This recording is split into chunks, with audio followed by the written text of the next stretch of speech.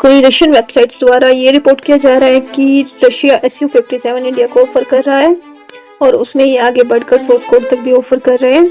Indian weapons के integration भी यहाँ पर हो सकेगा। साथ ही में इससे एयरक्राफ्ट के लोकलाइजेशन भी ऑफर में है, क्योंकि यहाँ पर सोर्स कोड ऑफर में है तो इंडियन सिस्टम के इंटीग्रेशन और वेपन्स के इंटीग्रेशन भी यहाँ पर पॉसिबल होगा। तो पूरे सॉफ्टवेयर पर एक्सेस एक बहुत बड़ी बात है। इवन अगर प्रॉपर टेक्नोलॉजी ट्रांसफर होता है हमारे AMC के डेवलपमेंट में भी ये काफी हेल्पफुल साबित हो सकता है। तो रशिया और इंडिया के जॉइंट प्रोजेक्ट्स, इनके सक्सेस को हम देख रहे हैं। इसके अंतर्गत ब्रह्मोस और Su-30 MKI एक एग्जाम्पल है। मानते हैं शुरुआत में इनको लेकर थोड़ी परेशानियां आई है, बट जैसे जैसे प्लेटफॉर्म ज्यादा ग्रो होते गए, इंडिया का और कंट्रोल आता गया, वैसे वैसे इनकी सक्सेस हम देख रहे हैं। ऑपरेशन सिंदूर में भी हमने इनकी सक्सेस देखी। तो रशिया और इंडिया की पार्टनरशिप FGFA प्रोग्राम एक फेलियर रहा था, क्योंकि वहाँ पर हमें प्रॉपर टेक्नोलॉजी ट्रांसफर नहीं मिल रहा था, प्रॉपर इंडिया का इन्वॉल्वमेंट नहीं हो रहा था। बट अब ऐसा लग रहा है कि वो चीजें चेंज हो रही है, क्योंकि रशिया अब एक डेस्परेट पोजीशन में है। तो रशिया को फिलहाल सपोर्ट चाहिए। इकोनॉमिकली ये चाइना पर भरोसा करते हैं, पर मिलिट्री के नाम पर नहीं, क्योंकि रशिया और चाइना के बीच काफी डिस्प्यूट्स रहे हैं। इसलिए रशिया पूरी तरीके से चाइना पर भरोसा नहीं करता है। वेपन्स यहाँ से सेल जरूर होते हैं, पर टेक्नोलॉजी ट्रांसफर को अवॉइड किया जाता है, क्योंकि हिस्टोरिकली चाइना ने उसका फायदा उठाया है। और ये चीज आपको Su-35 और S-400 की सेल में भी दिख जाएगी कि कैसे रशिया द्वारा ये क्रूशियल टेक्नोलॉजी है जो उसे कैसे चाइना से बचाने की कोशिश करी जा रही है। पर सेम चीज इंडिया के साथ नहीं है। वो कई ऐसी टेक्नोलॉजीज है जो इंडिया के साथ शेयर करने के लिए तैयार है, बाकी के लिए ओपन फॉर सेल नहीं है। हिस्टोरिकली ये चीज हमने देखी है कि इंडिया के रशिया के साथ कोई डिस्प्यूट्स नहीं है, और रशिया को दिखाई दे रहा है कि फ्यूचर में इंडिया एक बहुत बड़ी इकोनॉमी होने वाली है। तो इनके साथ अच्छे रिलेशन है, वो रशिया के लिए बेनिफिशियल हो सकते हैं, क्योंकि रशिया को फिलहाल इकोनॉमिकल सपोर्ट चाहिए।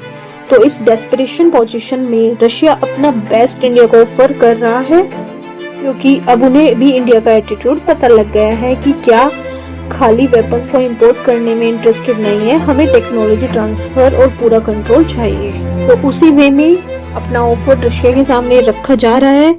ये चीज US से एक्सपेक्ट करना, बहुत ज्यादा एक्सपेक्ट करना होगा। तो F-35 भी US सीधे सीधे ऑफर कर रहा है, ये किसी से छुपा नहीं है। कई जगह पर ऐसा भी कहा जा रहा है कि इजराइल के मॉडल पर हो सकता है F-35 इंडिया को ऑफर किया जाए, जिसके चलते कुछ कंट्रोल इंडिया को दिए जाएंगे। बट जिस तरह की ट्रांसफॉर्मेशन के थ्रू हम जा रहे हैं, ये कुछ कंट्रोल जो है वो लॉन्ग टर्म के लिए सस्टेनेबल नहीं होगा, क्योंकि आपको पूरा एक्सेस चाहिए अगर आपको प्रॉपर नेटवर्किंग ऑपरेशन को परफॉर्म करना चाहते हैं और फ्यूचर में अपने ऑपरेशन में AI को इंटीग्रेट करना चाहते हैं, क्योंकि आपको हर सेंसर से आ रही इंफॉर्मेशन चाहिए, जिसके लिए आपको सोर्स कोड चाहिए ही होगा। जैसा कि हम सब जानते हैं कि राफेल के साथ सेम ऐसा ही सिमिलर इशू आ रहा था, जैसे कि हमने बताया कि डेसो एविएशन धीरे धीरे अपने ऑफर्स को लेकर ओपन हो रहा है। इंडियन वेपन्स का इंटीग्रेशन नेवी के ऑर्डर्स के साथ पहले ही एग्री किया जा चुका है, और वो इंडिया में पूरे मैन्युफैक्चर होगा। फर्दर ऑर्डर के साथ ज्यादा कंट्रोल इन प्लेटफॉर्म पर एक्सपेक्ट किया जा रहा है।